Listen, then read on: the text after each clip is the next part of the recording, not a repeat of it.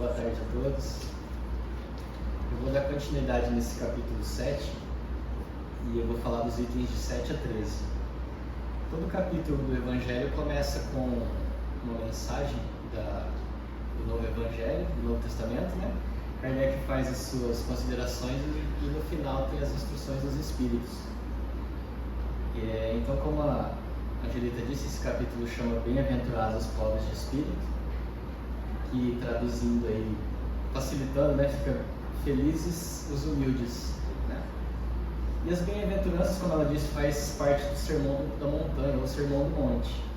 Nesse Sermão do Monte, as bem-aventuranças que Jesus nos passou, elas formam um código moral e é um manual de conduta que nos leva à verdadeira felicidade ou à perfeição, né, que nós todos seremos espíritos perfeitos, ou a salvação, que é tudo a mesma coisa, depende do ponto de vista, da religião, mas é chegar à felicidade absoluta. Mahatma Gandhi disse certa vez que se todas as leis e todos os códigos morais fossem destruídos e restasse apenas esse Sermão do Monte, nada seria destruído, nada estaria perdido. Bom, então nesse capítulo nós vimos que não são os que faltam inteligência, os pobres de espírito, são os humildes. E Jesus ele nos deixou muitos exemplos de humildade a serem seguidos. E hoje eu vou falar um pouquinho sobre orgulho e humildade. Pesquisando a palavra orgulho, nós temos a seguinte definição: característica de alguém que tem um conceito exagerado de si próprio. Tudo que é exagerado não é bom, né? E nós temos também como sinônimo soberba, vaidade, arrogância e pretensão. Então não tem nada de bom ligado ao orgulho, né? Mas, de vez em quando a gente usa a palavra orgulho num sentido bom, né? Que a gente está orgulhoso de você ter conquistado alguma coisa, está orgulhoso de nós mesmos ter conseguido alguma coisa. Então esse é um orgulho bom, sem desprezar ninguém, né? Sem maldade nenhuma. Salvo esses exemplos, não tem nada de bom atrelado ao orgulho. Já sobre a humildade, nós temos a seguinte definição: virtude caracterizada pela consciência das próprias limitações.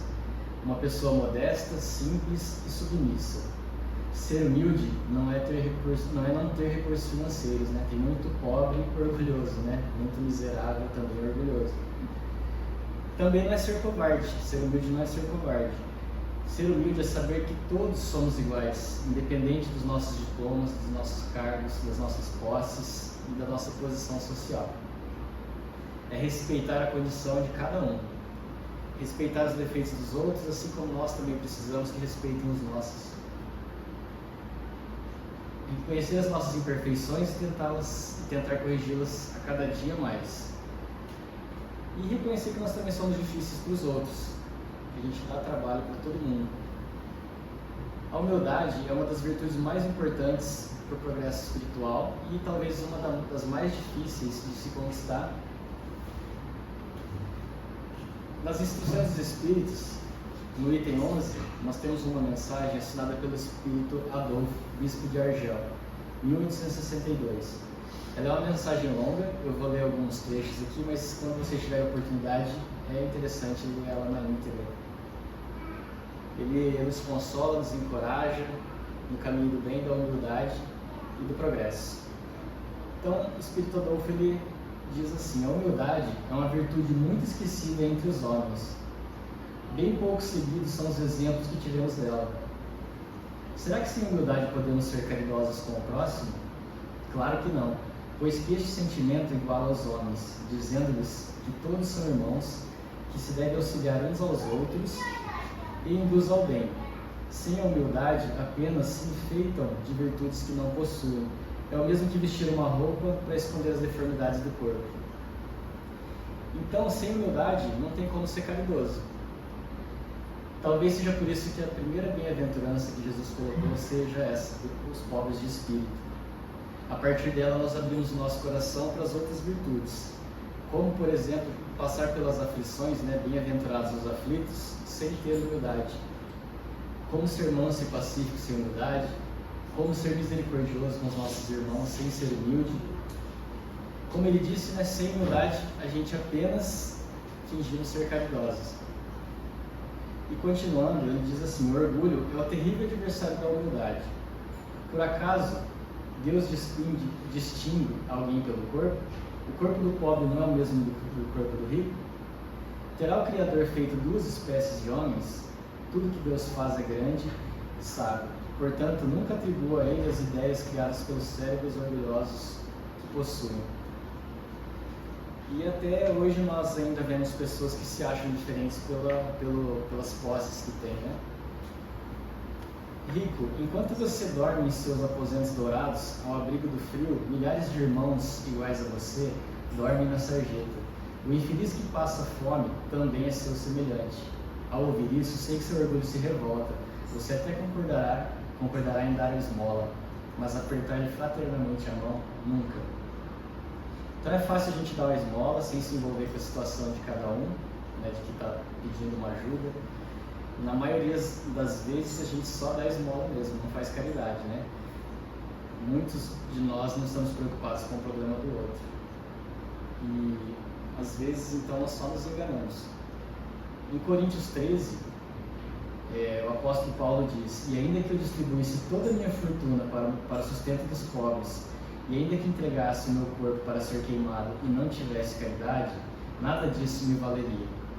Então, fazer doação sem amor não é caridade, é só uma esmola. E essa frase de Paulo aqui, esse trecho, a gente sempre bate nessa tecla nos nossos estudos que a gente faz aqui na casa, que assim, se você der tudo que você tem para ajudar os pobres, tem valor para quem você deu para ajudar, quem tinha necessidade, mas para a gente mesmo, que deu sem amor, não tem valor nenhum. E voltando para a mensagem, ele diz: todos são iguais na balança divina, só as virtudes os distinguem. Hoje está difícil de falar distinguem. Só as virtudes distinguem aos olhos de Deus. São a mesma essência, todos os espíritos e formados de igual massa todos os corpos. Os títulos e os nomes nada modificam o corpo. Eles permanecerão no túmulo e não garantirão a você a felicidade prometida aos eleitos. Apenas a caridade e a humildade são os verdadeiros títulos de nobreza. A mensagem é muito bonita, estou lendo bastante aqui porque ela tem 4 páginas e são palavras bem importantes, não tem nem o que comentar, né?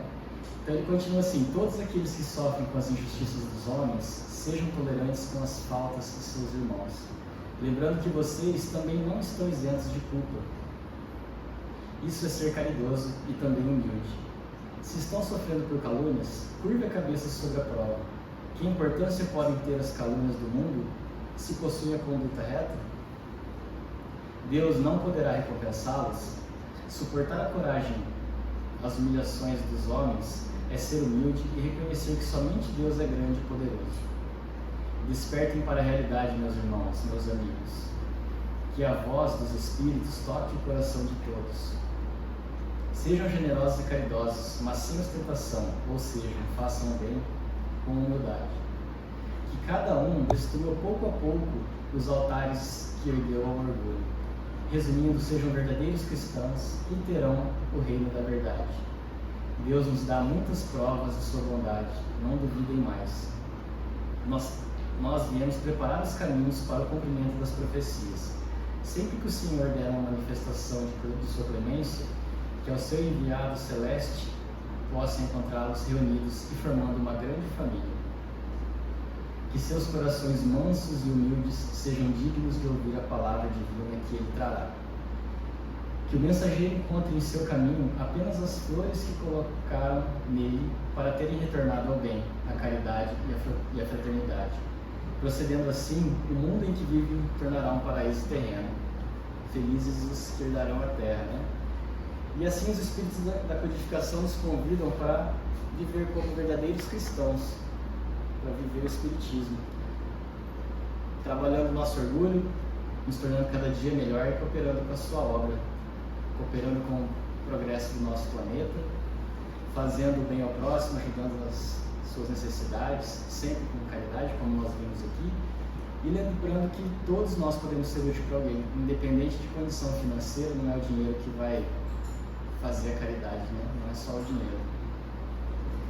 E pode ser que aquele irmão nosso precise só de um abraço, de uma conversa, né? Um desabafo. E que possamos sempre, né? Nunca nos esquecer dos ensinamentos do nosso Mestre Jesus, os exemplos de humildade dele. Era o que eu tinha para passar para vocês. Eu desejo a todos uma ótima semana, cada dia melhor. Que possamos sair daqui hoje bem melhores do que chegamos, recebendo as energias. E eu convido vocês para a prece final. Vamos então respirar bem fundo, elevando nosso pensamento a Deus. Mais uma vez, respirar bem fundo, esvaziando as nossas mentes.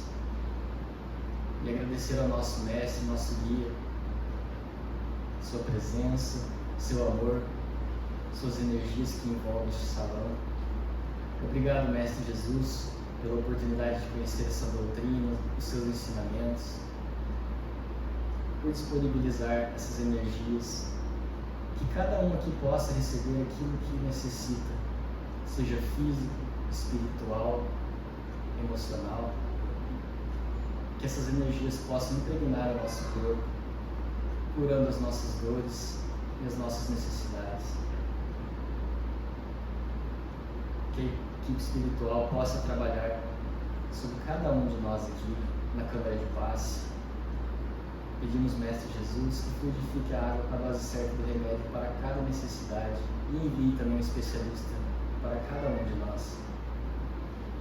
Mestre Jesus, pedimos que essas energias possam também se deslocar aos nossos lares, aos nossos familiares, aos moradores de ruas, aqueles que estão nas cadeias, nos hospitais, que todos possam receber essa energia. Mestre Jesus, mais uma vez, muito obrigado pela oportunidade de estar aqui hoje, ouvindo seus ensinamentos. Muito obrigado, que assim seja.